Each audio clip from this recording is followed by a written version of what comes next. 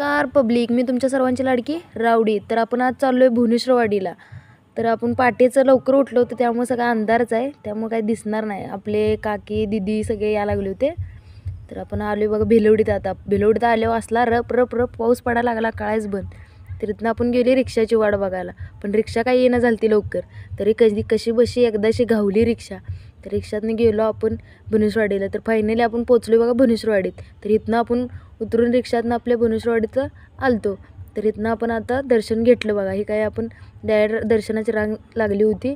तर आपली मैत्रीण ही बघा, आपली मैत्रीण. तर इथनं आपण आलो, दर्शन घेतलं देवीचं, व्हिडिओ काढलं जरा. तर तसंच आणि फोटो काढून आपण पुन्हा आपल्याला लगेच रिक्षा होती. तर रिक्षात आपण बसलो, धावली होती त्यामुळे बसलो आहे. तर आता आपण रिटर्न चाललो आहे बघा भिलवडीत. तर इथं आपण बघू शकता उतरले आता. ती मैत्रीण पण आपली बाय म्हणून गेली. तर इथनं आपण आता चाललो आहे बघा भिलवडीतून. तर फायनली आपण आलो आहे बघा सरळच्या पुलावरती.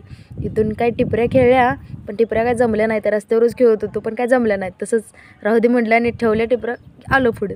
तर इथनं बघा आपल्या चौकात आली. तर आपला ब्लॉग कसा वाटला नक्की सांगा, शेअर करा, कमेंट करा.